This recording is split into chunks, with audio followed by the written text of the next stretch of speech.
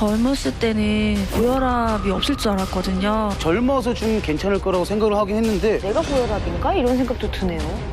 젊어서 더 위험하다. 고혈압. 젊은 나이에 혈압이 높으면 심근경색이나 협심증, 합병증에 노출될 위험성도 높아집니다.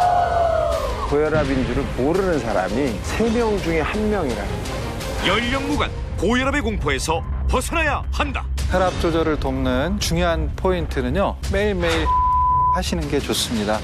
그리고 소금의 섭취를 줄여야 합니다. 몸신가족 소금 섭취량 전격 공개. 권장량의 약 3배의 권장 수준의 4배가 넘는 수치고요. 고혈압 예방을 위해 식습관도 바꿔야 한다. 소금은 안 들어가고 소금은 줄이고 건강은 더하는 만능장의 정체는 맛있다. 간이 딱 맞는데요? 와, 너무 맛있어요. 지금 시작합니다. 대국민 건강 프로젝트 나는 몸신이다. 네, 나는 몸신이다. 오늘도 여러분의 건강을 책임질 특별한 건강법 준비했습니다. 자, 벌써 얼굴을 만나셨네요. 개그맨 김수영 씨 오셨습니다. 안녕하세요. 안녕하세요. 야, 뭐 그냥 1년에 한 2-3번씩 계속 부르네요. 네. 종합병원이에요, 종합병원. 자, 오늘의 주제 저희가 준비했는데요. 한 해 동안 우리나라에서 구급차를 가장 많이 이용한 환자들의 질환이 있습니다. 예, 어떤 질환 때문에 구급차를 가장 많이 이용했을까요? 심장 질환. 심장. 교통사고가 제일 많이 가죠. 뭐 반드시 진짜 구급차가 필요한 상황. 저는 개인적으로 혈관 관련 질환이라고 알고 있거든요. 혈관 관련. 좀 다들 모르시잖아요. 정말 놀랐습니다. 레이디 제인. 네. 제 몫을 남겨두신 거잖아요. 예, 그럼요. 알겠습니다. 예, 바로 고혈압입니다. 고혈압입니다. 근데 고혈압 때문에 구급차를 가장 많이 이용한다 그러면 또 의아하게 생각하시는 분들 계실 거예요. 왜냐하면 고혈압 그러면 증상이 없기 때문에 많은 분들이 질병으로 여기지 않고 또 심각하게 생각하지 않는 경우가 참 많이 있는데 갑자기 혈압이 오르는 경우에 발작 그리고 쇼크가 일어나면 구급차 이용해야 됩니다. 그리고 고혈압은 또 우리가 알고 있는 뇌졸중이나 심근경색 같은 그 심내 혈관 질환 일으킬 뿐만 아니라 전신에 신장, 대장, 폐 이런 건강에까지 또 위협을 주기 때문에 관리가 꼭 필요한 질환이기도 합니다. 그래서 오늘 저희가 고혈압 관련해서 이런 주제를 잡아봤습니다. 확인하시죠.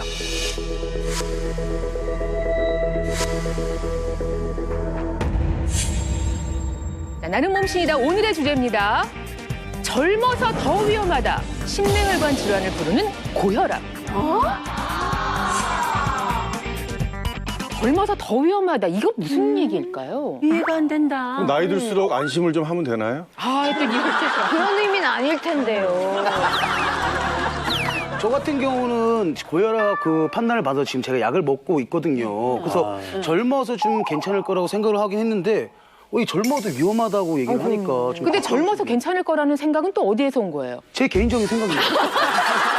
제 주변에도 나 사실 고혈압에 이런 친구 한 명도 본 적이 없거든요, 또래 중에서. 오늘 고혈압 얘기를 젊어서 더 위험하다라고 글쎄. 시작을 하는 거 보니까 이유가 있는 거겠죠. 이유가 있죠. 네. 우리나라 연간 진료받은 환자 수를 잘 살펴보면 이 고혈압으로 병원 진료를 받은 사람 숫자가 1,100만 명입니다. 우리가 사는 이런 운동, 이런 생활들의 변화, 또 식습관도 많이 변한 이런 것들에 큰 영향을 받고 있는 건데 30대는 10명 중 1명이 고혈압, 40대는 5명 중에 1명이 고혈압 이렇게 이제 확인이 돼 있다 이거예요. 근데 진짜 문제는 뭐냐면 30, 40대 고혈압 환자 중에 자기가 고혈압인 줄을 모르는 사람이 3명 중에 1명이라는 거예요. 3명 중에 1명이라는 거예요. 그러니까 고혈압임에도 나 치료 받아야 된다고 생각 못하는 경우가 많아요. 이게 나중에 훨씬 더 문제를 유발하기 때문에 직접적이고 확실한 관리가 필요하다는 겁니다.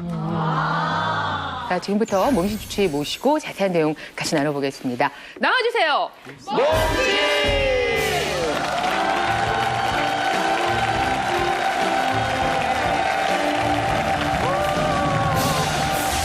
소리 없이 찾아오는 고혈압. 고령층만의 문제가 아니다. 젊어서 더 위험한 고혈압 낱낱이 파헤쳐주겠다. 오늘의 몸신 주치 순환기내과 교수 김학영. 안녕하십니까. 어서 오십시오. 안녕하세요. 순환기내과 교수 김학영입니다. 네. 우리나라 국민들이 병원을 가장 많이 찾는 이유가 바로 고혈압인데요. 그런데 더 큰 문제는 실제 고혈압 조절률은 절반 정도밖에 되지 않는다는 겁니다. 즉 절반 이상의 환자들이 언제 터질지 모르는 고혈압의 위험을 안고 살아가고 있다는 얘기죠. 그래서 오늘 이 시간에는 제가 새롭게 대두되고 있는 고혈압 관련 최근 이슈에 대해서 낱낱이 말씀드리고 혈압 조절하는 방법에 대해서도 설명을 드리도록 하겠습니다. 네. 최근에 대두되고 있는 고혈압 이슈라고 말씀하셨으니까 저희가 이제 처음 듣는 이야기들도 있겠네요. 자, 이야기를 이제 준비해 볼 텐데 먼저 첫 번째 문을 열어줄 소주제부터 살피겠습니다. 자, 고혈압 진단 수치 130에 80을 기억하라. 보통 고혈압엔 두 가지 수치가 있는데 특별히 130에 80의 의미라는 건 어떤 건가요? 제가 먼저 그 몸신 가족분들께 질문을 한번 드리겠습니다. 혹시 고혈압 진단 기준 알고 계신가요? 130 이하. 이상. 140 이상, 네. 그리고 한 80 이하? 이 정도. 140 이상. 네, 140 이상. 상당히 좀 헷갈리시죠? 네. 제가 고혈압 진단 기준을 보면서 한번 설명을 드리도록 하겠습니다. 네. 여기 보시면 정상적으로는 120에 80 미만이 가장 이상적인 정상 혈압이고요. 대한고혈압학회에서 제시하고 있는 고혈압 진단 기준은 수축기혈압이 140, 이완기혈압이 90 이상입니다. 둘 중에 하나라도 만족할 경우 고혈압이라고 할 수 있습니다. 그러니까 140이면서 80이어도 뭐 어쨌든 둘 중에 하나를 요건을 채웠기 때문에 고혈압이다. 고혈압. 이렇게 우리가 140에 90을 정한 이유는요. 그동안에 여러 가지 많은 연구들을 통해서 이렇게 140에 90 이상이 됐을 때 심내혈관이나 심근경색, 뇌졸중, 뇌출혈과 같은 고혈압 관련 합병증이 훨씬 증가하기 때문입니다. 네. 그래서 우리가 약 처방을 할 때도 140에 90을 기준으로 하는 경우가 많고요. 특히 물론 나이와 상관없이 환자분의 가족력이라든지 위험인자, 비만 이런 것들도 고려를 해서 약 처방을 하게 됩니다. 근데 지금 말씀해 주신 수치는 그 중간에 있네요. 그렇죠? 130에 80이니까. 네, 맞습니다. 이 수치는 그럼 뭘 말하는 걸까요? 네, 최근에 2017년도에 미국 심장학회에서 14년 만에 고혈압 기준을 강화했습니다. 기존에 140에 90 이상을 고혈압으로 진단을 했었는데요. 이번 강화된 기준에서는 130에 80으로 고혈압 진단 기준을 하향 조정을 했습니다. 합병증 위험이 큰 고혈압 환자의 혈압을 130에 80 이하로 유지하라는 새로운 지침인데요.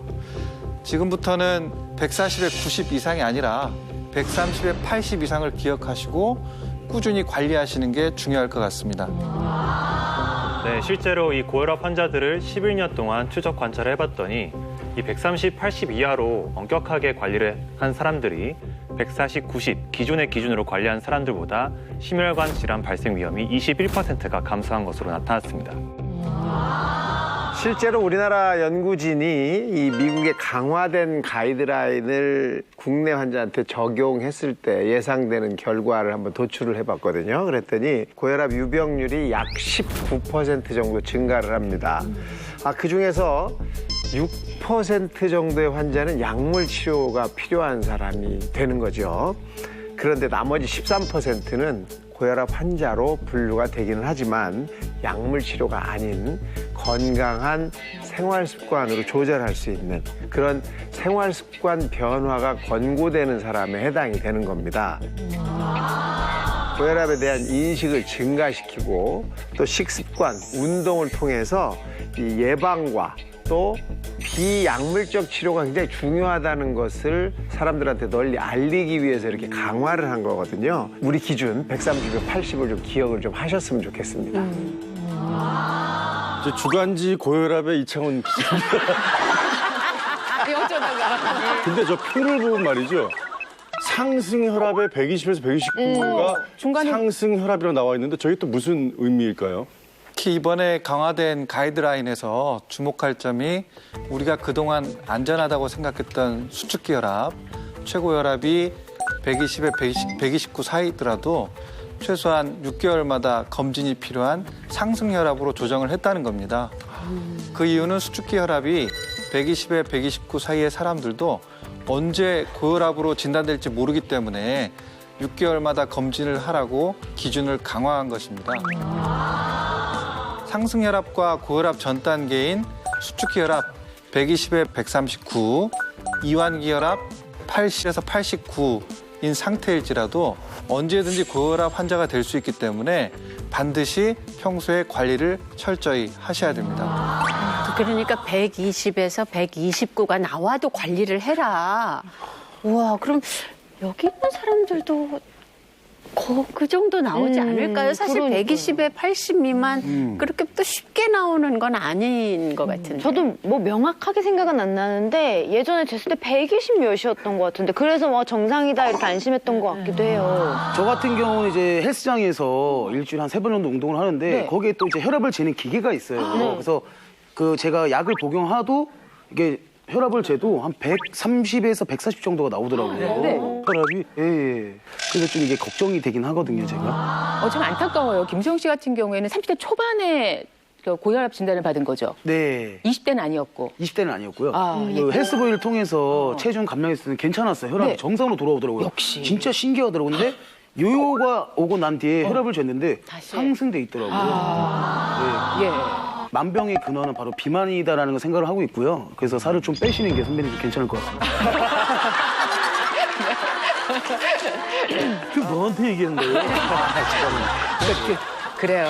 근데 젊어서 생긴 고혈압이 더 위험하다는 거는 앞서 오 박사님의 말씀도 들었습니다마는 왜 그런 건지 네. 좀 더 상세하게 설명을 해주시죠. 네, 실제로 고혈압 전 단계나 상승 혈압 단계에서 이제 관리를 받아야 추후에 고혈압이 생기는 걸 예방할 수 있고 심혈관 사건도 줄일 수가 있습니다. 하지만 젊은 고혈압 환자들의 경우 바쁘다는 핑계로 혈압도 잘 안 재고 관리를 하지 않고 방치하는 경우가 많기 때문입니다. 또한 혈압이 상승해서 얼마 동안 오랫동안 혈관이 손상을 받느냐가 관건이기 때문에요. 젊은 나이에 혈압이 높으면 그만큼 오랜 시간 동안 혈관이 손상을 받기 때문에 합병증도 훨씬 더 많이 생기게 됩니다. 그렇기 때문에 젊은 사람에서의 고혈압이 더욱더 중요하다고 할 수 있겠습니다.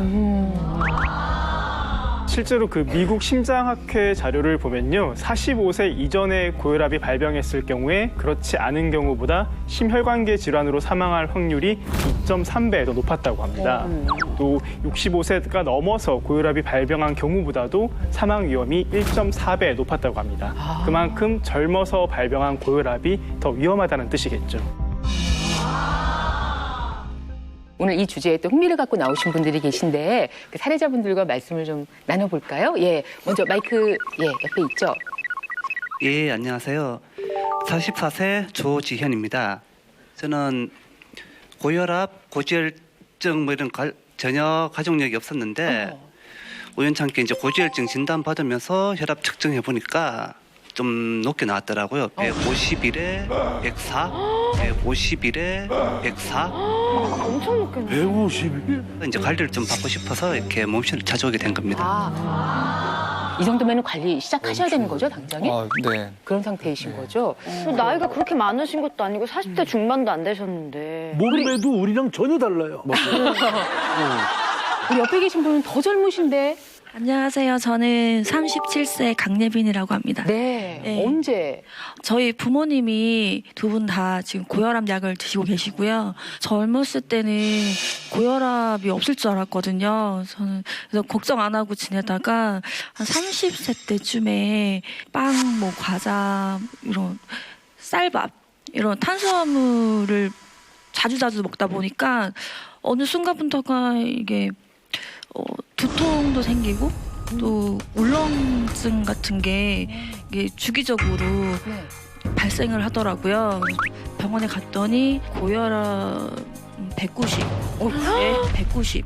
네. 190? 높겠어요. 190에 한 120 정도 됐던 것 같아요.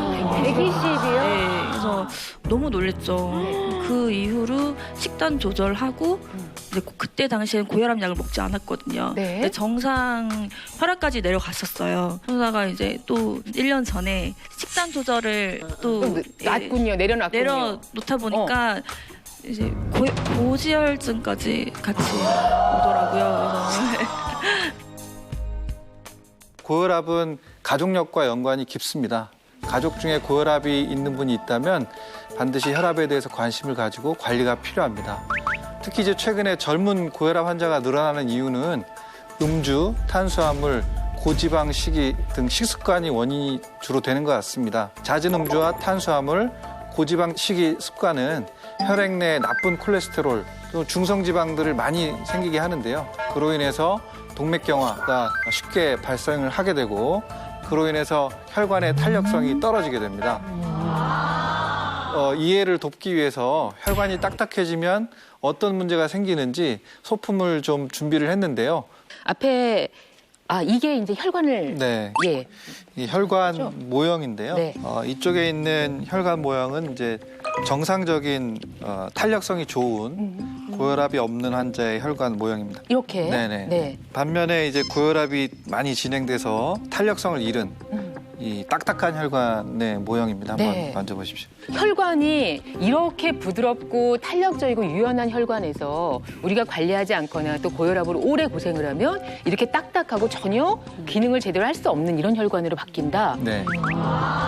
고혈압에 더불어서 혈관 유연성이 떨어지게 되면 뇌나 심장과 같은 장기의 미세혈관에 영향을 미쳐서 이 뇌졸중이나 협심증이나 심근경색 같은 동맥혈관 질환의 원인이 됩니다. 뇌경색 환자 1,700여 명을 대상으로 이 혈관이 딱딱한 사람과 혈관이 유연한 사람을 비교를 해봤습니다. 그랬더니 유연성이 나쁜 딱딱한 혈관을 가진 사람이 뇌졸중 사망률이 2.22배가 더 높았습니다. 그로 인해서 혈관이 딱딱해지면 혈액 순환도 잘 안 되면서 이 뇌 문제 때문에 사망하는 경우가 더 많아지더라는 겁니다. 저희가 계속 숫자로 들으니까 잘 이해가 안 가서 그러는데 고혈압일 때 혈관 내 압력이 얼마나 심하길래 사망에까지 이르는지 궁금합니다. 네. 혈관의 탄력성이 좋을 때와 나쁠 때 혈액이 혈관벽을 치는 강도가 어느 정도 차이가 나는지 직접 보여드리겠습니다. 네. 자, 먼저 여기 지금 그 탁구공인데요. 이거를 이제 쟁반에 떨어뜨려 볼 텐데요. 네. 이 강도는 혈관의 탄력이 좋을 때라고 생각하시면 되겠습니다.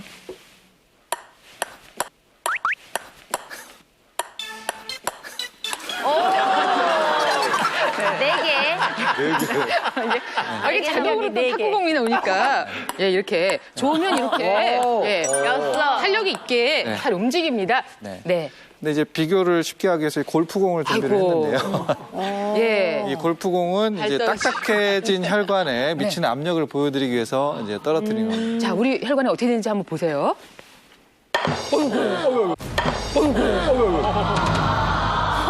이런 영향을 미친다는 거예요. 혈관과 굉장히 무리가 갈 것 혈관은. 같은데요. 말씀만 들어도. 문제는 이러한 그 딱딱해진 혈관에 미치는 압력이 오랫동안 지속될 경우 상당히 이제 큰 문제가 될 수 있습니다. 압력이 높은데 그 압력을 제대로 완충해주지 못할 경우에 그 압력이 머리라든지 콩팥이라든지 이런 각종 장기로 직접 전달이 되기 때문에 그 장기 손상을 유발하게 되고 경우에 따라서 혈관벽이 터지면서 우리가 뇌출혈이 생기기도 하고요. 또 장기적으로 진행을 하게 되면 동맥경화가 진행하게 되고 혈전을 생기면서 뭐 뇌경색이라든지 심근경색과 같은 치명적인 합병증을 유발할 수 있습니다. 네. 자, 뭐 젊어서 생기는 고혈압이 더 위험하지만 고혈압은 어느 시기에 생겨도 우리 몸에 아주 치명적인 영향을 끼칠 수 있습니다. 생활 속에서 어떻게 관리하는 것이 좋은지 그 방법 알려주시겠다고 해서 저는 가장 기대를 하고 있는데요. 예, 제가 오늘은 혈압 조절을 돕는 고혈압 예방 관리 가이드를 알려드릴 텐데요. 네. 먼저 그 첫 번째 방법을 알려드리겠습니다. 예. 자, 화면으로 보실까요? 고혈압 예방 관리의 첫 걸음, 가정 혈압을 재라. 가정 혈압을 재라. 집에서 재라는 거예요, 이게? 네. 증상이 없거나 그러면 가정 혈압이 있고 회사 혈압이 있고 뭐 방송국 혈압이 있고 다 따로 있나? 아니면 온 가족이 함께 재라는 그러니까 걸까요? 우리 가족이 다 재서 평균을 내라. 복잡해서 살겠습니다. 여러 질문이 생기는데요. 네. 가정혈압은 고혈압 환자가 집에서 스스로 잰 혈압을 말합니다. 집에서 스스로 잰 혈압을 말합니다. 네. 혈압은 하루 중에도 사람의 심리 상태나 생활 습관, 환경 등에 따라서 변동이 상당히 심합니다. 그렇기 때문에 혈압 관리가 필요한 경우에는 매일매일 혈압을 가정에서도 체크를 하시는 게 좋습니다. 네, 방법은 매일 아침 저녁으로 혈압을 체크해 주시고 혈압을 잴 때에는 최소 2회 이상 혈압을 측정해서 평균을 낸 값을 확인해야 합니다. 이거는 그럼 고혈압 환자한테만 적용되는 얘기예요? 아닙니다. 고혈압 환자가 아니더라도 120에 80 미만인 정상인 분들도 적어도 몇 개월에 한 번씩은 본인 혈압을 측정하면서 혈압 수치가 어느 정도인지 확인해 보시는 게 되게 중요합니다. 아침에 혈압이 오르더라고요. 아침 식사 늦으면 확 올라가지고. 근데 가정혈압 만약에 집에서 혼자 스스로 재야 된다고 하면 그 방법을 확실하게 알아야 될 것 같아요. 우리가 맨날 기계로만 해봤기 때문에. 근데 저는 항상 그 혈압계 앞에서는 항상 긴장이 돼요. 뭔가 시험 보는 것 같기도 하고. 맞아, 맞아. 가슴이 두근두근해서 내 혈압보다 높게 나오는 게 아닌가 막 이런 생각도 하게 되는데 어떤 가정 혈압을 재는데도 어떤 과정이 있습니다. 그래서 그걸 지금 저희가 직접 혈압계를 가지고 한번 재는 방법 배워보도록 하겠습니다.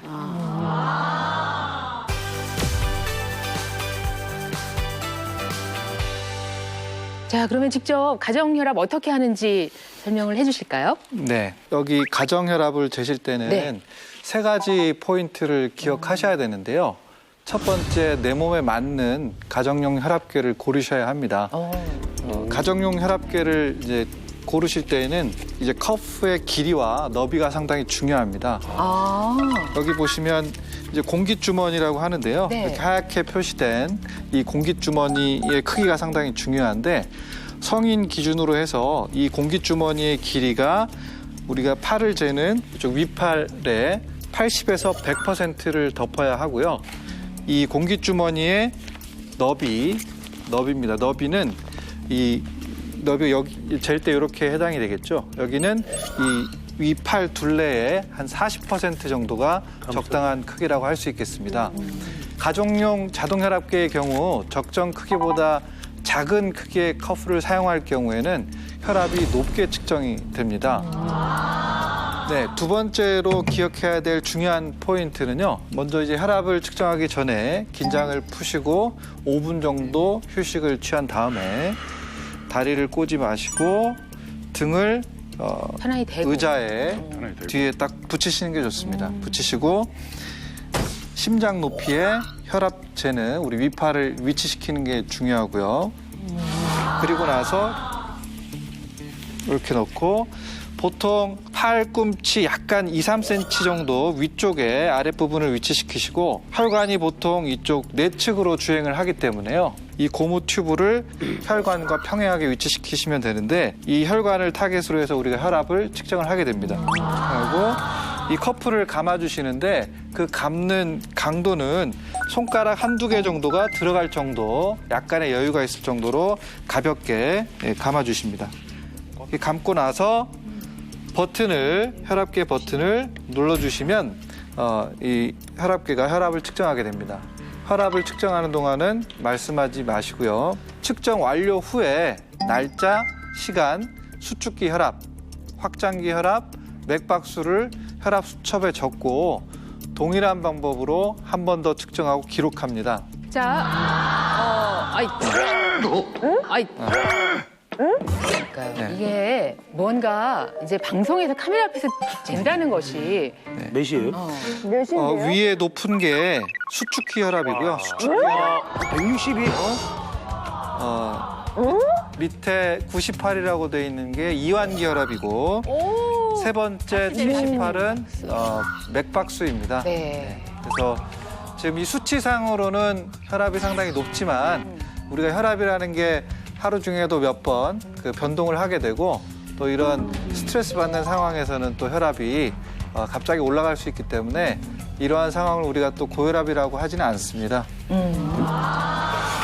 또 혈압 잴 때 이 아침 저녁 이 용변이 마려운 경우가 있어요. 그럴 때 그냥 재면 이렇게 올라갑니다. 이렇게 올라갑니다. 반드시 다녀오신 다음에 혹시, 재셔야 되고요. 네. 뿐만 아니라 이 재기 전에 30분 전에는 흡연이라든지 또는 뭐 카페인이라든지 알코올 이런 거 섭취하시면 안 돼요. 그런 거를 섭취하시게 되면 교감신경이 흥분하기 때문에 혈압이 올라갈 수 있고 또 하나는 조금 예민하신 분들은 이렇게 남들 앞에 나서서 이렇게 앉아 있으면 이 자체로도 이미 교감신경이 활성화되거든요. 성격이 굉장히 예민하거든요. 예, 가슴이 두근두근 하잖아요. 여리고. 하여튼 혈압을 잴 때는 좀 안정이 필요합니다. 네. 근데 여기서 또 마지막 중요한 게 있죠. 네, 세 가지 포인트 중에 또 세 번째 중요한 점은 양팔 혈압을 가끔씩 재어보셔야 합니다. 양팔 혈압을 가끔씩 재어보셔야 합니다. 양팔 혈압 차이를 통해서 동맥경화와 뇌졸중, 부정맥과 심근 비대증의 징조를 알 수 있기 때문입니다. 세계보건기구에서는 양팔의 혈압 차이가 10 이상일 때 반드시 동맥경화와 같은 혈관 질환을 의심할 것을 권유하고 있고요. 국내 연구진에 의해 뇌졸중 환자의 사망률이 2배 는다는 것을 확인했다고 합니다. 또한 영국 엑시터대 의대에 따르면 양팔 혈압이 15 이상 차이가 나면 말초혈관 질환 위험이 2.5배 증가했으며 심혈관 질환에 의한 사망 위험이 70% 늘었다고 합니다. 이게 혈관이 이쪽으로 좀 치우쳐져 있기 때문에 여태 설명드렸는데 여기서 이제 조금 위로 올려서 살짝 올려서 좀 당기시고 당겨서 하나 들어가서 네네네 해서 이렇게 감으시고 손은 하늘 보고 이렇게 하시고 네.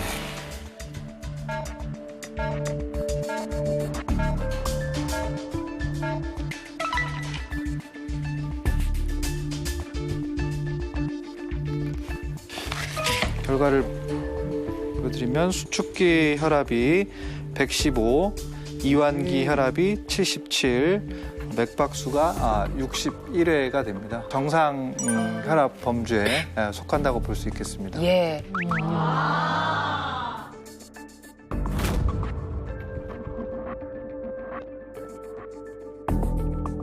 가정혈압은 아니잖아요. 지금 이 상황은 일터혈압이고 변화는 있겠습니다만은 약을 드시고요. 역시 이용식 씨도 약을 드시고 있는데 지금 수치가 이 정도가 계속 나온다 만약에 그렇다면 어떻게 관리를 해야 될까요? 혈압을 반복적으로 안정된 상태에서 측정을 했을 때도 계속 높은 수치가 나온다면 당연히 이제 생활요법을 좀 더 강도 있게 해야 되고 그럼에도 불구하고 혈압 조절이 잘 안 될 때는 약물을 좀 더 강한 약으로 변경을 하거나 용량을 올리는 방법을 선택을 하시는 게 좋을 것 같습니다. 네.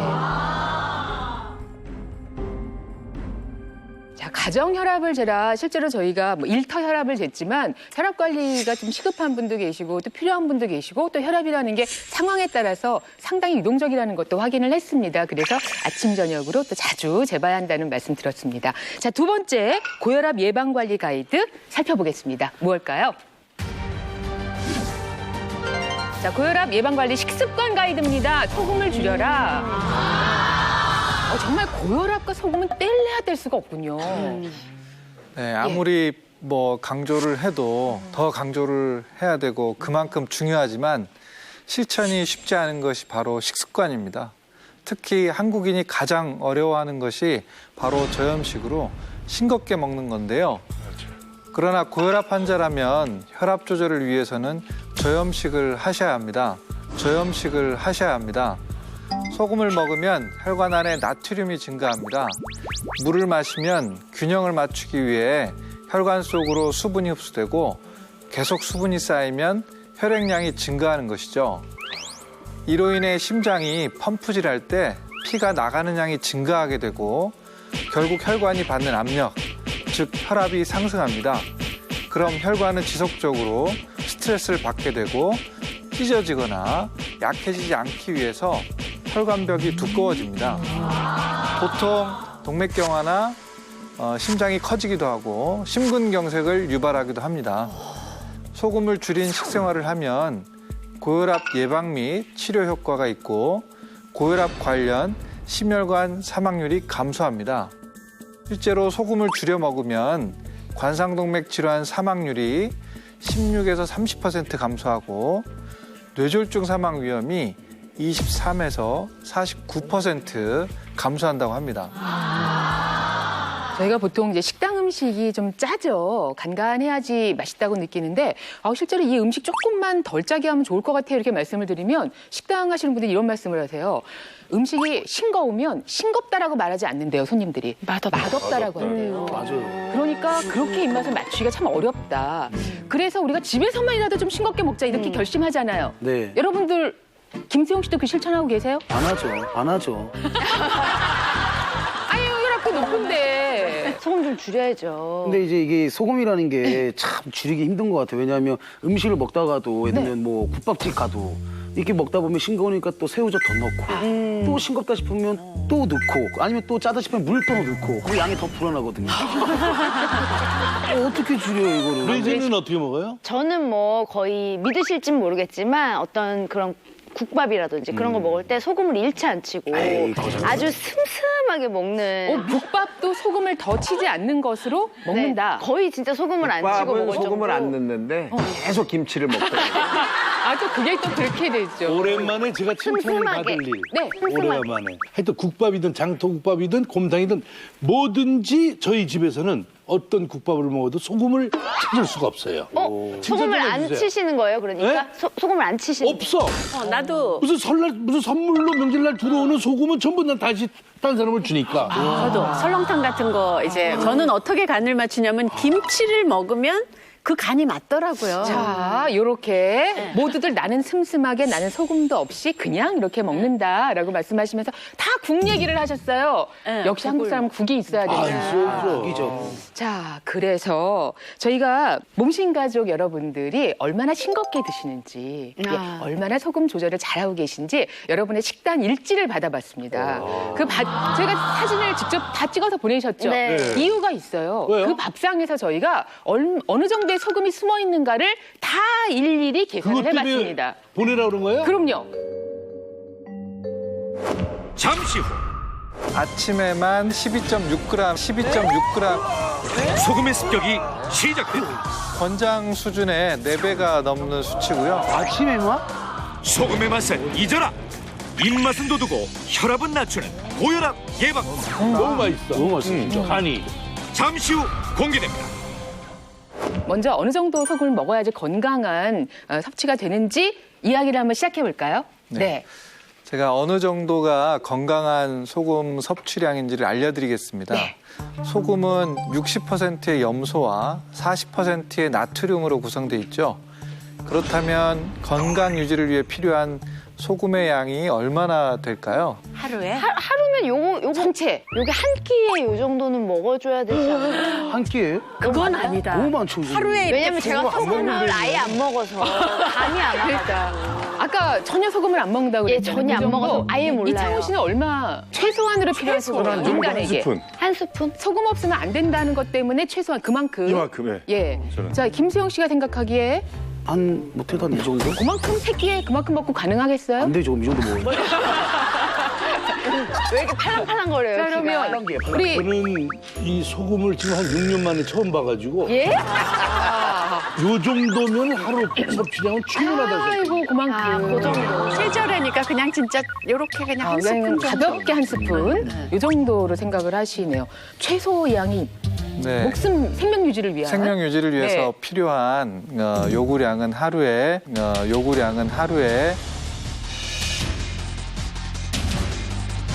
1.25g. 그러면 이거보다도 더 적은 건데. 네, 지금 우리가 흔히 쓰고 있는 이 차 스푼이죠. 네. 티스푼인데 티스푼이 보통 5g 정도의 소금을 뜰 수 있습니다. 그래서 1.25g이면 어머머머. 진짜. 아니, 선생님들 그렇게 지켜서 드시는 거예요? 제가 먹는다는 게 아니고요. 네. 우리 몸이 유지되기 위한 최소의 이만큼만 소금의 있어도. 그렇게 안 드시죠? 그렇게 안 드시죠? 예. 그래,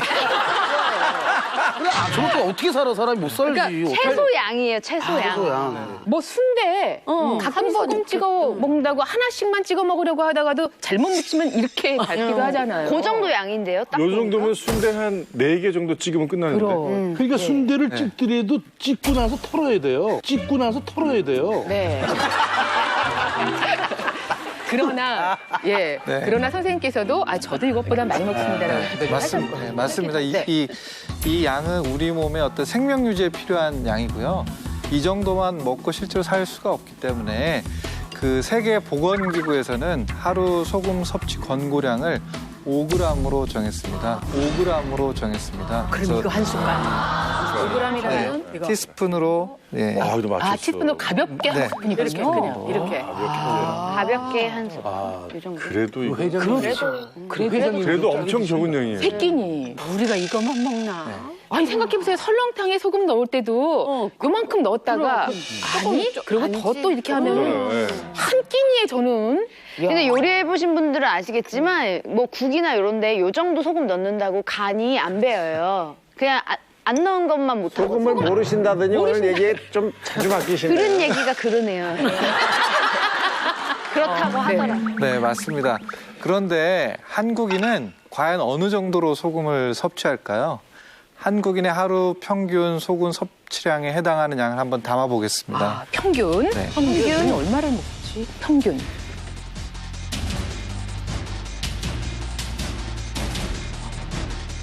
한 끼. 이거 10g입니까 그러면? 네, 맞습니다. 네. 세계보건기구에서 5g을 권장을 하고 있는데요. 우리나라의 하루 평균 소금 섭취량은 그 2배인 10g입니다. 그래서 실제로 생명 유지에 필요한 최소 요구량과 비교하면 8배나 많이 저희가 섭취를 하고 있는 겁니다. 그렇다면 고혈압 환자라면 이렇게 평균 양만큼 먹으면 안 된다는 거죠? 안 되죠. 네. 어떻게 해야 될까요? 네, 대한고혈압학회에서는 고혈압 환자는 이제 세계보건기구의 섭취 권장량과 유사한 수준인 하루 6g 정도를 섭취할 것을 이제 권장하고 있습니다. 약간 좀 더 듬뿍 떠서 이렇게 하면 이게 6g 정도 됩니다. 그래서 우리가 이제 먹는 소금의 양을 이제 절반만 줄여도 혈압이 낮아지는데요. 소금 섭취량을 10g에서 5g만 낮춰도 수축기 혈압이 4에서 6 정도 감소하는 만큼 반드시 소금 섭취를 줄여야 합니다. 실제 연구에 따르면 경증 고혈압 환자에서 4주간 염분 섭취를 하루에 3g으로 줄인 결과 하루 12g의 염분을 섭취한 경우보다 수축기 혈압이 16, 이완기 혈압은 9 정도 감소했다고 하는데요. 이는 거의 고혈압 약을 먹었을 때와 비슷한 수준의 결과입니다. 약 먹는 것보다 소금 줄이는 게 훨씬 낫겠네요. 그렇죠. 예. 자, 무엇보다 우리 몸신 가족들은 얼마나 잘하고 계세요. 거의 소금을 집에서 안 쓰시고 슴슴하게 국을 그냥 드시고 막 이러신다고 그러셨잖아요. 막 넘긴다 그러셨던가요, 아까? 슴슴하다는 얘기는 얘가 했어요. 자, 그래서 지금부터 내 밥상 속에 숨어있는, 여러분의 밥상 속에 숨어있는 소금 양을 저희가 짚어드리도록 하겠습니다. 여러분도 몰랐던 사실을 또 알게 되실 거고요. 특별히 가장 소금 섭취가 적었던 분부터 결과를 공개할 거예요. 저 한마디만 드려도 될까요? 글쎄, 하신 말씀 다 하신 것 같은데. 아니요. 제가 하필이면 정말 맨날 집에서 밥을 슴슴하게 먹는데 하필 이날 사진을 찍어달라고 한 이날만 외식을 해서 제가 이렇게 소금을 컨트롤할 수가 없었어요. 네네. 자, 그렇다면 과연 소금 섭취가 가장 적은 분은 누구실지 5분 가운데 한 분입니다. 보여주세요.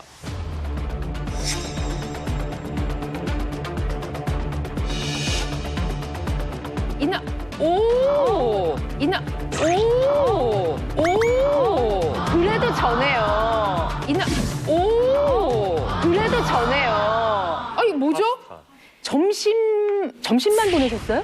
왜 제가 1일 1식을 하거든요. 1일 1식을 하거든요. 거의 점심을 먹고 끝이야. 아니 정말로요. 들으면 들을수록 거짓말 같아. 진짜예요. 근데 이제 전날 이제 친구들이랑 모여서 외식을 하느라고 저렇게 밖에서 먹었는데 뭐예요? 메뉴가? 이제 알리오 올리오랑 로제 파스타랑 그리고 저기 스테이크 리조또 이렇게 해서 같이 나눠 드셨군요. 네, 4명이서 나눠 먹었습니다. 아, 좀 드신 만큼 드신 것 같은데 한 끼만 먹었다고 굳이 또 주장을 하는 평범하진 않죠? 네. 하루 한 끼 정말 대단하십니다. 네.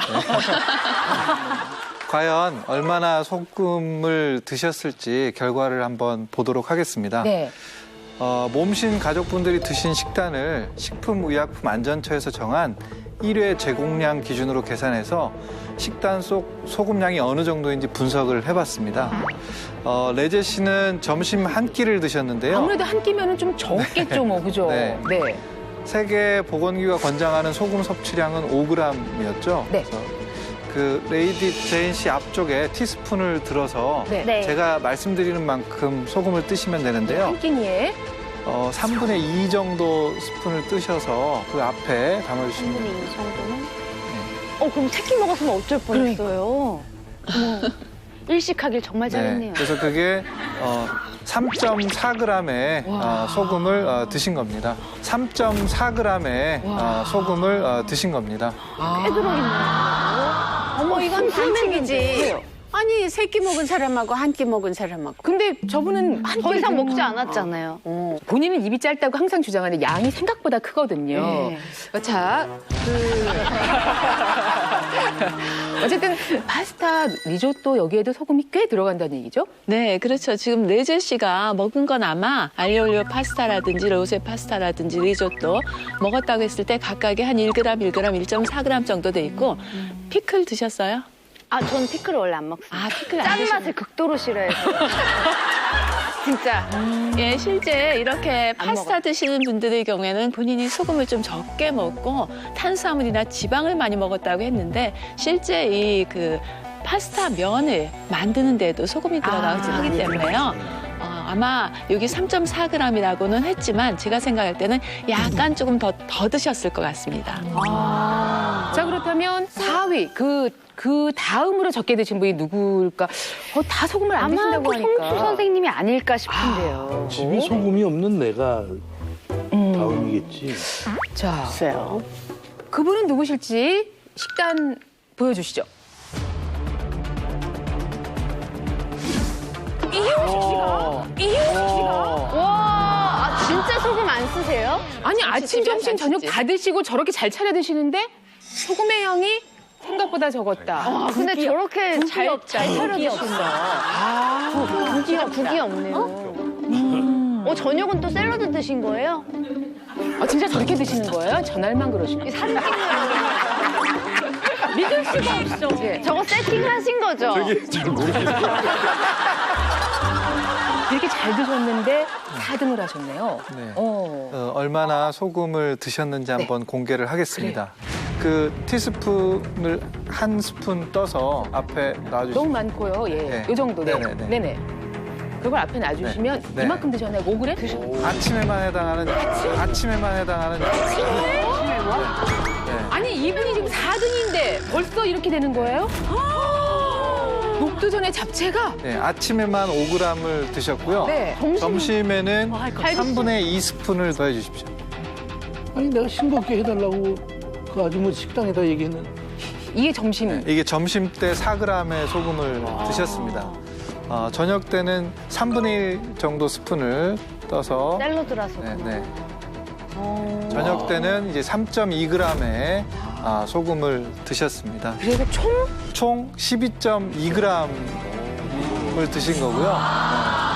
그래서 이거는 세계보건기구가 권장하는 양의 2배가 넘는 양입니다. 특히 이용식 씨 같은 경우는 혈압약을 드시고 계시기 때문에 고혈압 기준에 맞게 6g 정도로 절반 정도 소금량을 줄이시는 게 좋습니다. 이거 먹고 바로 혈압약 먹었죠.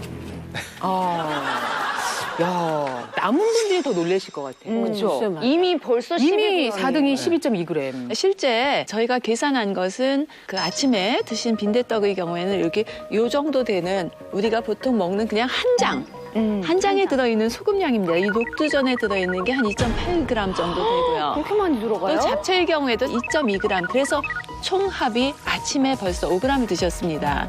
점심의 경우에 이제 갈비찜에 들어있는 양이 소금 1.8g, 그리고 그 옆에 있는 총각김치라든지 또 샐러드에 이게 드레싱 같은 거 있을 때고. 쌈장에도 또 쌈장. 들었죠, 쌈장. 네. 쌈장에도 쌈장. 들었죠, 쌈장. 네. 화내지 마세요. 하늘 내고 그러세요. 미치시잖아요. 네, 이렇게 해서 4g 들어있고요.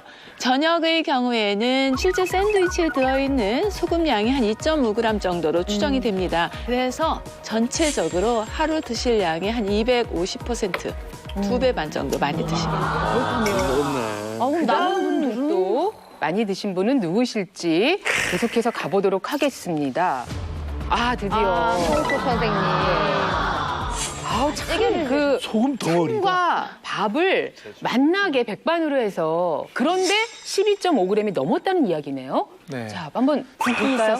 네, 얼마나 소금을 드셨는지 한번 결과를 보도록 하겠습니다. 많이 먹었구나. 절반 정도를 뜨셔서 앞에다 이게 이제 아침에 드신 소금의 양이고요. 김치 때문에. 네, 아침에 2.5g의 소금을 드셨고 새우죽 김치.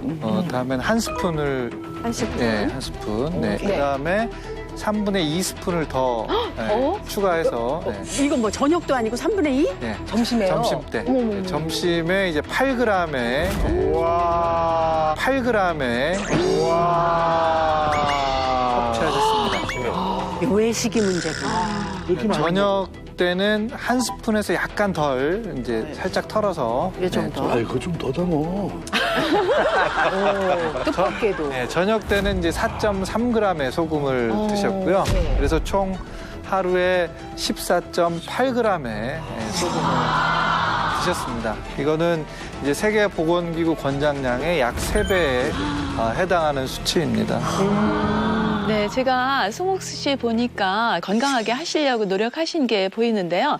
특히 점심의 경우에는 이 그 외식이 지금 문제라고 이렇게 느끼시잖아요. 실제 동태탕은 그 속에 3g 소금이 들어있는데 이런 밑반찬으로 나와 있는 게 굉장히 짭짤한 반찬들이 많은데요. 그런 밑반찬에 다 있고요.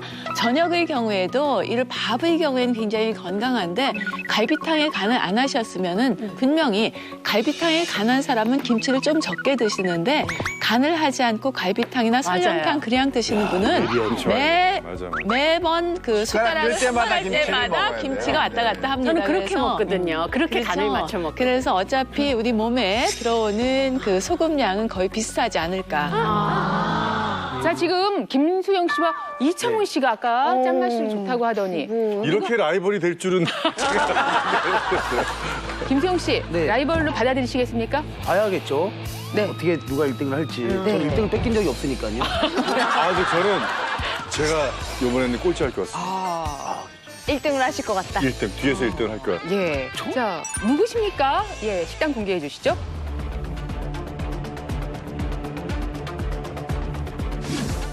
이창훈 씨가. 재밌다, 이거. 면했어. 요 정도면 좀 단촐한 것 같은데 일단 한번 숟가락 들어볼까요, 선생님? 네. 예. 한 스푼을 떠서 한번 빈 접시에 5g. 아침부터 담아 한 주십시오. 스푼이요? 아침에만 4.9g 소금을 하루 권장량을 아침에 벌써 다 먹었어요. 있잖아. 소금을 점심 때도 역시 싸다. 4.8g의 소금을 드셨습니다. 또 한 한 숟갈이네. 스푼. 거의 똑같이. 먹었을지도 모르겠다. 저녁 때 드신 소금의 양은 5.5g. 소금이 아주 더덕더덕 붙었구나, 그냥. 저 정도가 들어가나 싶어요. 그러면 이게 지금 얼마입니까? 총 15.2g의 소금을 드신 거죠, 하루에. 총 15.2g의 소금을 드신 거죠, 하루에. 많이 먹었다. 권장량의 3배에 해당하는 수치입니다. 이창훈 씨 식탁의 이 밥상의 특징은 뭐냐면은 밥들이국. 끼니마다. 네, 끼니마다 이 탕탕탕이거든요. 그러다 보니까 실제 이 아침의 경우에도 실은 그 소고기 묵국에 소금이 조금 들어있을 테고요. 네. 그리고 점심의 경우에 실제 이 육개장 한 그 대접에 한 4g 정도 소금이 들어있다고 생각하시면 됩니다. 육개장에서. 네네. 그리고 저 저녁에 국물 다 드링킹 다 했잖아요, 완샷. 그럼 우린 남기지 않죠. 우리 차훈 씨의 경우에는 이제부터는 네. 그저 그 국물만 피하시면 되지 않을까 저희 싶습니다. 아내가 항상 걱정하는 게 제발 국 좀 먹지 말아라. 그래서 저희가 대한민국 국민이 왜 국을 안 먹냐. 네, 아무튼 줄이도록 그러니까 하겠습니다. 점심만 해도 육개장만 피하면 이미 뭐 상당량을 줄일 수 있는 줄일 수 있죠. 네. 그러면 근데 한 분 더 남아있는데 이분은 그러면 어떻게 해요? 근데 그날이 또 하필이면 설날이어가지고 피하기 힘들더라고요. 그때 잔칫날이었고. 네. 연휴였어요. 자, 구경 좀 할까요? 뭘 드셨는지? 자, 김수영 씨. 아침 피자요? 아침 피자? 아침 피자. 뭐 뷔페 시장 하세요? 예. 이제 아침에는 이제 피자 전날에 시킨 게 남은 게 있어가지고 이건 먹다 남은 게 아니에요. 새 거예요. 자, 한번 소금량을 보고요. 많이 먹었구나. 네. 자, 이거. 피자 얼마나 들어갈까요? 3분의 2 정도 뜨셔서 일단 이건 지금은 이제 아침에 드신 소금의 양이고요. 이 정도 괜찮아요. 아침에 3g의 소금을 드셨고요. 점심 때는 스푼으로 2개. 스푼으로 2개. 거기에 추가해서 더. 점심 때는 스푼으로 2개. 스푼으로 2개. 거기에 추가해서 2분의 1 스푼을 더. 뭐 때문에 그런 거예요? 점심 때 12.6g의 소금을 드셨습니다. 어머. 아니, 가능해. 와, 잠시 후에 분석을 해드리고요. 예. 저녁 때는 꽤 많이 나온다. 1.5스푼. 하나하고 하나 반. 7.3g의 소금을 섭취를. 소금으로 장 청소했니? 소금 이렇게 많이 먹었어? 하루 총량은 22.9g입니다. 짜. 거의 권장 수준의 4배가 넘는 수치고요. 한국인 네, 거의 2배 이상. 저이 정도를 먹었다고요? 진짜 심각한 거네요, 진짜. 예. 네, 이 김수영 씨 식단 속에 어디에 소금이 숨어 있는지 한번 살펴보면요. 일단 아침에 피자를 드셨는데 피자는 아시듯이 밑에 도우, 밀가루 반죽할 때 소금이 일단 기본적으로 들어가고요. 위에 소세지라든지 아니면은 피자. 그 치즈 자체도 약간 소금이 들어 있습니다. 점심 밥상의 경우에 정말 어머니 정성이 깃들여진 12첩 반상을 드셨는데요. 이 소고기 무국에 일단 소금이 들어있을 것 같고요. 여기에 있는 여러 가지 전들, 이런 전들에 보통 전 한 3개 드시면 1g 드셨다고 생각하시면 돼요. 3개에 소금 1g. 그리고 나물의 경우에는 한 0.6에서 0.7g 정도로 계산하고요. 김치의 경우에도 이만큼 드시면 0.7g이거든요. 그러다 보니까 소금 섭취량이 저렇게 많습니다. 문제는 이제 저녁에 드신 거예요. 저녁에 이 뼈 해장국을 드셨는데 외식의 특징이 이렇게 맵고 짠 것인데요. 저 뼈다귀 그 해장국 속에 한 대접에 저게 한 6.5g 정도 소금이 들어있으니까 저것만 해도 벌써 하루 섭취 그 권고량을 훌쩍 넘는 셈이죠. 누구도 이런 밥상에서 사실 벗어나질 않거든요. 맞아요. 국이 문제고 탕이 문제라는 거 저희가 다시 한번 확인을 했습니다. 자, 지금 이렇게 했지만 지금부터는 좀 방법을 찾아보죠, 선생님. 네. 그 저염식을 하는 방법들이 몇 가지가 있습니다. 네. 먼저 서서히 조금씩 줄이는 방법입니다. 2달간 평소 소금 섭취량을 5에서 10%씩만 한번 줄여나가 보시면 효과가 있을 것 같습니다. 평소 먹던 음식에서 염분량을 5에서 10% 정도만 빼게 되면 우리 몸이 그 염분이 줄어들었다는 것을 알아채지를 못하거든요. 그렇기 때문에 소금의 양을 천천히 줄일 수 있고 금단 증상도 발생하지 않을 것 같습니다. 내 몸을 속여야 되는군요. 조금씩. 네, 2번째는 이제 아침을 싱겁게 드셔야 합니다. 아침을 싱겁게 드셔야 합니다. 아침을 짜게 먹게 되면 하루 종일 이제 짜게 먹게 되기 때문에 아침은 최대한 싱겁게 드시는 게 좋습니다. 세 번째는 계속 얘기가 나왔지만 이제 국그릇의 크기를 줄이는 게 관건인데요. 밥그릇과 국그릇 크기를 같게 한번 조절을 해보십시오. 국그릇 지름이 1cm만 줄어도 한 끼당 나트륨 섭취가 300mg 줄일 수 있다고 하니까 최대한 이제 국물을 적게 드시는 게 좋겠습니다.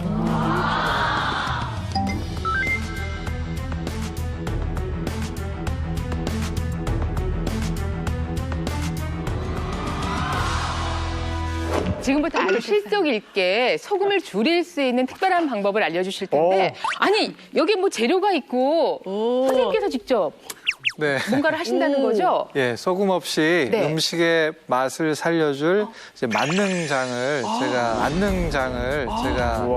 알려드립니다. 오늘 알려드릴 만능장은요, 소금은 안 들어가고 최소한의 이제 간장을 이용한 맛을 낼 거고요. 네. 혈액을 맑게 하는 불포화 지방산이 풍부한 식재료가 주재료이기 때문에 염분 섭취는 줄이고 혈관 건강에 도움이 많이 될 겁니다. 저 평상시 집에서도 조금 도와주세요. 주방에 가끔 들어가시고요. 예, 오늘 댁에서 보고 계시면 이제 어떤 반응일지. 자, 재료 소개 만능장이라고 말씀하셨는데 오늘 두 가지 소개해 주실 거거든요. 지금 먼저 예. 지금 첫 번째 만든 게 참깨장인데요. 참깨장인데요. 참깨장. 맛있겠다. 예, 참깨장인데 참깨. 재료가 간장, 네. 그리고 이제 맛술, 이게 생수고요. 네. 그다음 이제 참깨. 네, 참깨. 갈아놓은 거. 네네. 그래서 그 간장과 맛술, 생수를 1대1대1 비율로 이렇게 섞어주시면 됩니다. 네. 우선 간장. 맛술, 벌써 이 농도를 맞추네요. 생수를 넣어서. 네, 참깨를 오, 이거 많이 갈았네요. 넉넉하게. 넉넉하게 같은 넣어주시고, 양이네요. 네, 그래서 참기름을 해서 예. 그리고 야. 이렇게 잘 저어주시면 됩니다. 끝났나요? 네. 아, 이렇게 해서. 저 어려운 걸.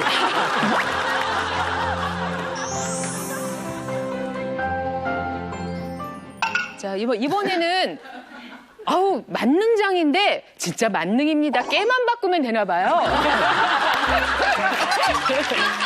이번에는 또 들깨장이에요. 네. 여기 들깨가 있고요. 그다음에 간장, 생수, 들기름이 맛술에 빠졌어요? 맛술만 빠지고 똑같네요. 네, 맛술은 네, 들어가진 않고요. 예. 네네. 또 들깨는 맛이 또 그 섬세하니까 들깨 향을 그대로 활용을 하시는 것 같아요. 한번 비슷하게 간장, 똑같습니다. 예, 그다음 물, 생수, 들기름을 이제 1대1 비율로 넣어주시고요. 들깨가루를 넣어주시고 설마 또 섞습니까? 꺼주나요? 이렇게 저어주시면 됩니다. 네.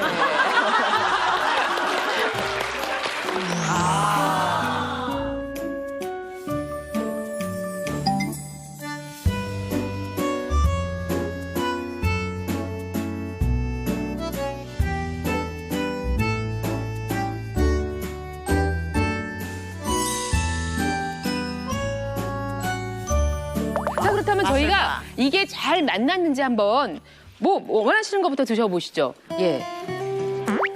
처음 맛을 보시는 거죠? 네. 맛있다. 요즘 또 시금치가 맛있거든요. 포항초도 맛있고. 시금치가 다네. 진짜 좋다. 맛있다. 시금치 너무 맛있죠? 김치를 잘 삶았다. 짜게만 먹다 보니까 이 단맛을 못 느꼈구나, 그동안. 아, 그렇죠. 이것도 맛있어. 달달하다, 진짜 시금치. 저 수영 씨 어때요? 너무 맛있어요. 맛있어. 아니, 시금치를 무슨 라면 드시듯이 이렇게 호로록 드시네요. 근데 간이 딱 맞는데요? 너무 맛있어. 너무 맛있어요, 진짜. 간이. 이 정도 염도가 되니까 닭가슴살, 파프리카 이 종류별로 이게 다 살아있어요. 얘네끼리 모여서 막 춤을 추고 놀고 있어요, 지금. 근데 이렇게 먹는다고 해서 뭐 슴슴하다는 느낌도 없어요. 적당한 간인 것 같고 시금치랑 무엇보다 너무 잘 어울리는데요, 그렇죠? 요 두 접시에 들어있는 소금의 양이 어느 정도 될까요? 그러면 소금으로 지금 치면. 이 양쪽에 다 합해도 아마 소금의 양은 한 0.34g? 왜냐하면은 지금 그 만능장을 만들면서 간장이 거의 한 그 30% 이하로 희석이 됐어요. 근데 소금 사용량이 한 15% 정도만 사용했다고 보시면 되고, 제가 보니까 이 만능장의 경우에는 한 일주일에서 2주일, 네, 2주일 이내 사용할 소량씩 만들어 드시는 게 좋겠습니다. 네.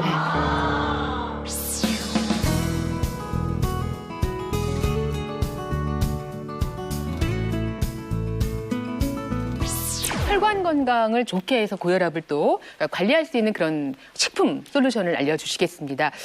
자, 어떤 게 또 나올지요? 저희 지금 좋은 거 먹었거든요. 네, 맛있게 먹었네요. 네. 자, 이 혈관 속 끈적끈적한 혈전 찌꺼기를 없애주는 건 물론이고요. 혈중에 나쁜 지방까지 녹여줘서 일명 혈관 청소부, 지방 녹이는 지방이라는 별명을 갖고 있는 식품입니다. 지방을 녹이는 지방? 지방을 녹이는 거예요? 근데 혈관 청소부 하면 사실 다 아시지 않나요? 저는 알고 있어요, 또. 뭐예요? 또다시 그 레이디 제인이 왔네.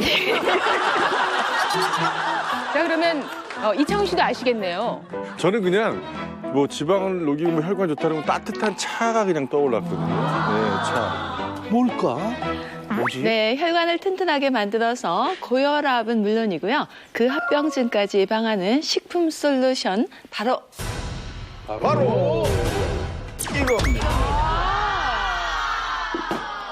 네, 혈관을 튼튼하게 만들어서 고혈압은 물론이고요. 그 합병증까지 예방하는 식품 솔루션 바로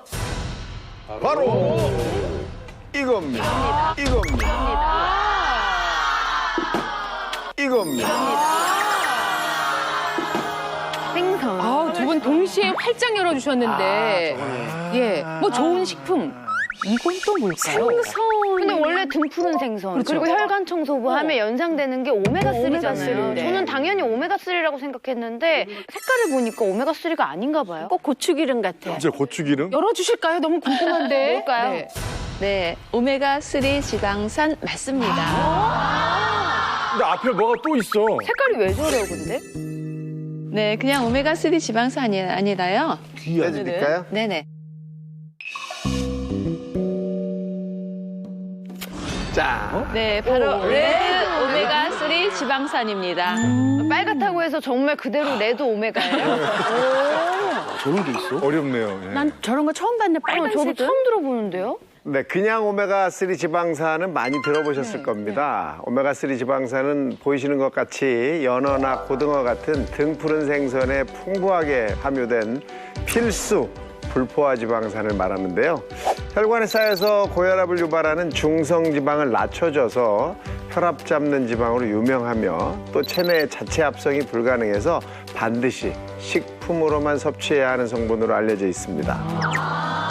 근데 어떻게 혈관에 좋은 이렇게 오메가3를 발견을 했을까요? 정말 대단한 것 같아요. 그러게요. 네, 바로 1970년대 덴마크의 의학자 다이아 베르크가 발견했는데요. 이 다이아 베르크는 그린란드에 있는 에스키모인들을 주목해봤습니다. 이 사람들의 식생활을 살펴보니까 고지방 식사예요.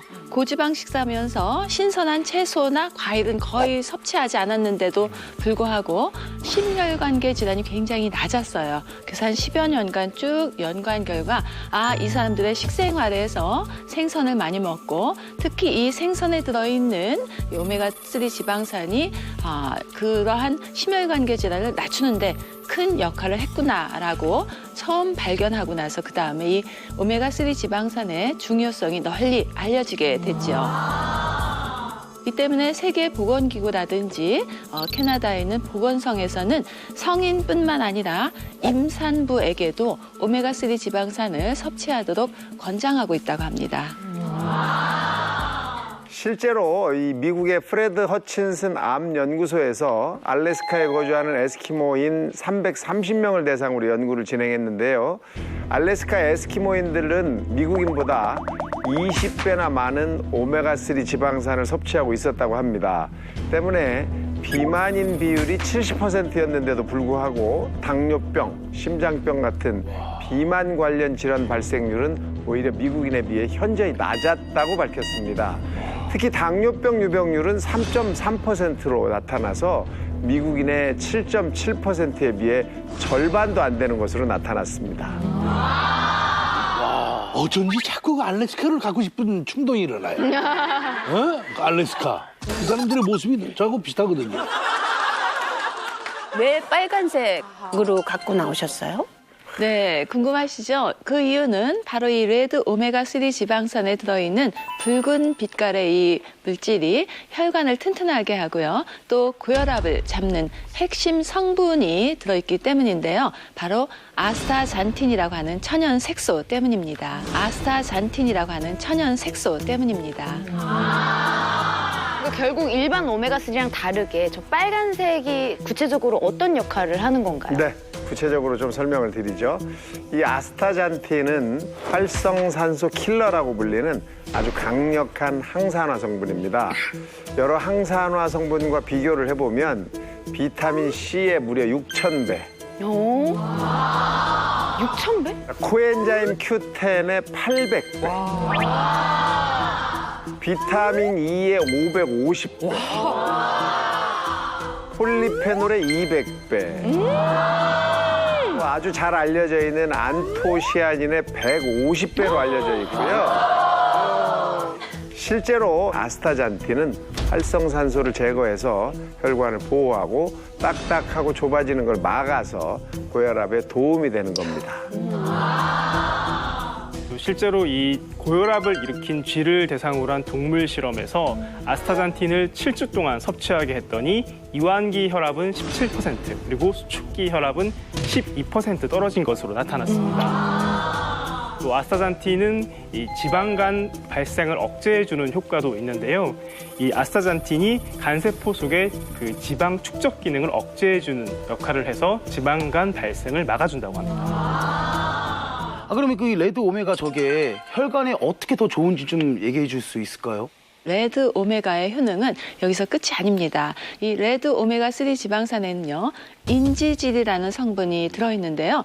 인지질은 어떤 성분이냐면 우리 몸에 있는 여러 가지 세포막을 만드는 물질이에요. 또 세포와 세포 간의 영양 성분을 또 노폐물을 넣고 빼는 역할을 하는 그런 지방 성분이고요. 또 특이한 것이 물에 잘 녹는 친수성 그리고 기름에 잘 녹는 친유성 이 두 가지 성질을 모두 가지고 있습니다. 그러니까 기름에도 잘 녹고 물에도 잘 녹는 거죠. 그러다 보니까 이 인지질은 물과 친한 습성 때문에 우리 몸의 흡수도 더 잘 되고요. 또 우리 몸의 혈액에 굴러다니는 이 기름을 더 잘 녹이는 천연 유화제 역할을 함으로써 혈액의 흐름을 원활하게 하는데 더욱더 도움이 되는 지방입니다. 네.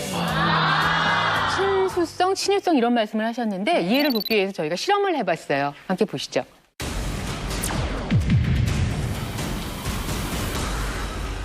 물 200g이 들어있는 투명한 컵 2개를 준비했는데요. 한쪽에는 일반 오메가3 지방산 50g을 넣고 다른 한쪽에는 레드 오메가3 지방산 50g을 넣은 뒤에 15분 동안 유리막대로 저어봤습니다. 그러니까 기름인데 지금 물에 들어간 거죠. 그렇죠. 네. 자, 그랬더니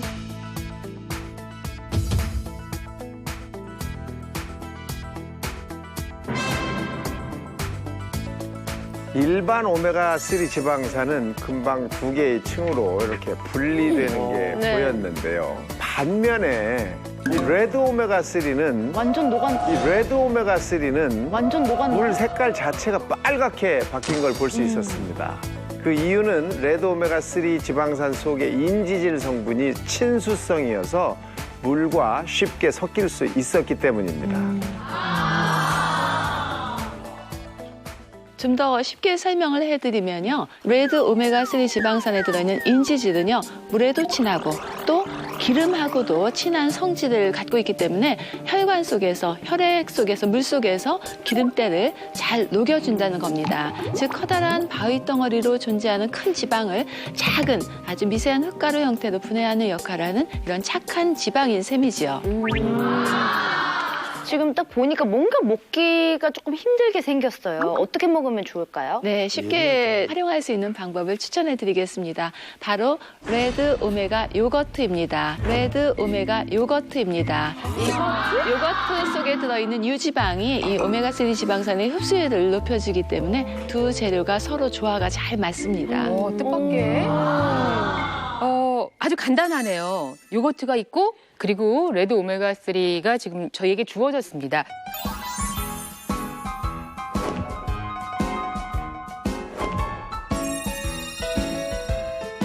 예, 오늘 그 젊은 사실 고혈압 환자로 관리하는 그런 차원에서 맛도 한번 느껴보시죠.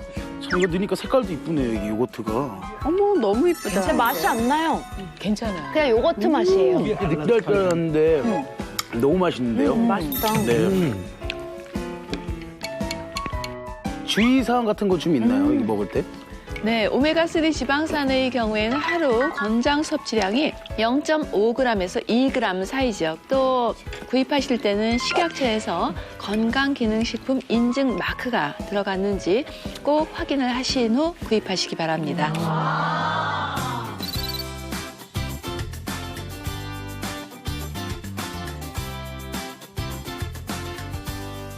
대한민국 모든 국민이 몸신이 되는 그날까지 나는 몸신이다!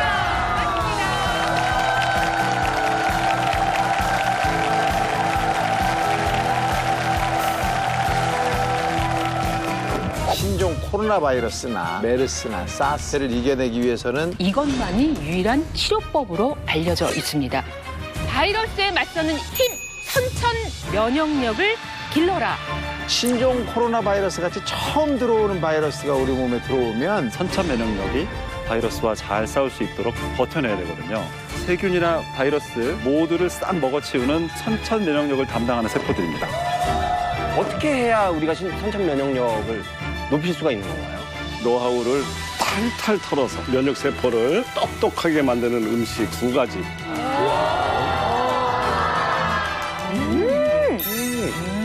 너무 맛있는데요? 아주 기가 막힙니다, 이거. 좋은 면역이 쫙 퍼지는 거예요. 한 그릇 더 주세요. 채널 A